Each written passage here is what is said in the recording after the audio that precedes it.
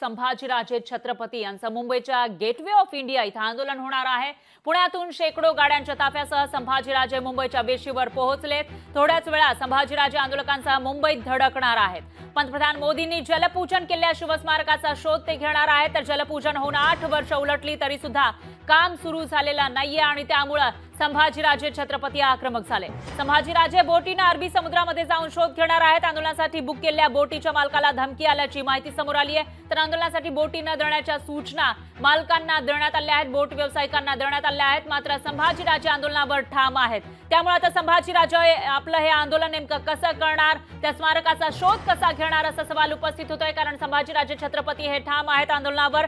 8 वर्षांपूर्वी जलपूजन झालं होतं शिवस्मारकाचं, मात्र 8 वर्षांनंतर सुद्धा त्याचं काम सुरू झालेलं नाही आणि त्यामुळे संभाजीराजे छत्रपती हे आक्रमक झाले। शेकडो कार्यकर्त्यांसह ते मुंबईच्या दिशेने निघालेले होते आणि मुंबईच्या वेशीवर धडकलेले आहेत। आता कोणत्याही क्षणी ते मुंबईमध्ये धडकतील, त्यानंतर बोटीने ते शिवस्मारकाचा शोध घेणार आहेत। मात्र एक प्रश्न हा आहे की त्यांना एकीकडे पोलीस अडवत आहेत, त्यासाठी पोलीस सज्ज आहेत, पोलिसांची नाकाबंदी पाहायला मिळते त्या परिसरामध्ये। दुसरं म्हणजे त्या व्यावसायिकांना धमकी येते, ज्या बोटीतून संभाजीराजे छत्रपती आपल्या कार्यकर्त्यांसह जाणार आहेत त्या बोटी त्यांना देऊ नये यासाठी त्या व्यावसायिकांना धमकावलं जाते असं कळतंय। आणि अशामध्ये आता संभाजीराजे छत्रपती जे आंदोलनावर ठाम आहे ते कशा पद्धतीने आंदोलन करणार ते बघावं लागेल।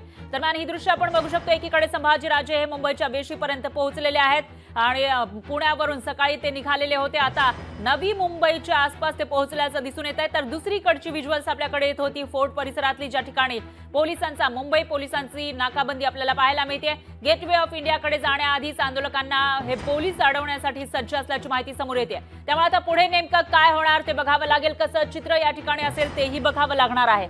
शिवस्मारकाचा शोध घेण्यासाठी छत्रपती संभाजीराजे निघालेले आहेत, कारण 8 वर्षांपूर्वी जलपूजन देशाचे पंतप्रधान मोदी यांच्या हस्ते झालेलं होतं। तिसऱ्यांदा पंतप्रधान झालेले आहेत मोदी आणि तरी सुद्धा पहिल्या टर्म मध्ये हे जलपूजन झालं होतं। जेव्हा पंतप्रधान मोदी हे पंतप्रधान पदावर विराजमान झाले होते पहिल्या टर्म मध्ये, त्यावेळेला जलपूजन झालं होतं। दुसरी टर्म गेली आणि आता तिसऱ्या टर्म मध्ये मोदी हे पंतप्रधान झालेत। 8 वर्ष उलटून गेली त्या जलपूजनाला, तरी सुद्धा शिवस्मारकाचं काम सुरू झालेलं नाहीये आणि त्यामुळे आता संभाजीराजे छत्रपती आक्रमक झालेत। शेकडो कार्यकर्त्यांसह ते मुंबईच्या दिशेने निघाले आहेत, मुंबईच्या वेशीपर्यंत पोहोचलेले आहेत ते आणि अगदी काही वेळातच ते मुंबईमध्ये पोहोचतील। त्यानंतर बोटीने शिवस्मारकाचा शोध घेणार असल्याचं ते सांगतायत खरं, पण ते शक्य होणार का असा सवाल आहे, कारण पोलीस त्यांना अडवण्यासाठी सज्ज आहे।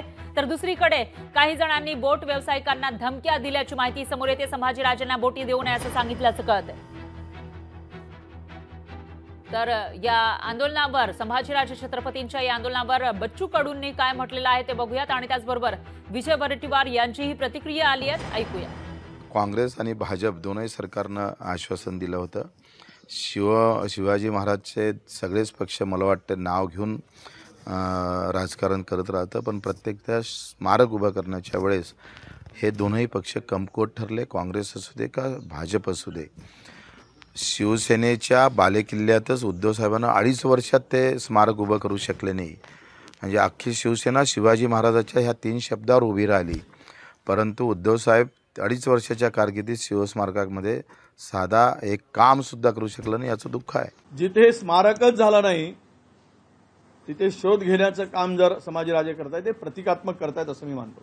देशाच्या पंतप्रधानांना आणून अरबी समुद्रामध्ये शिवाजी महाराजाचं स्मारक बांधतो म्हणाले आणि एक वीर सुद्धा रचू शकले नाही, हे यांचं अपयश आहे आणि म्हणून ते अपयश शोधण्याचं काम जर संभाजीराजे करत असतील तर स्वागत आहे।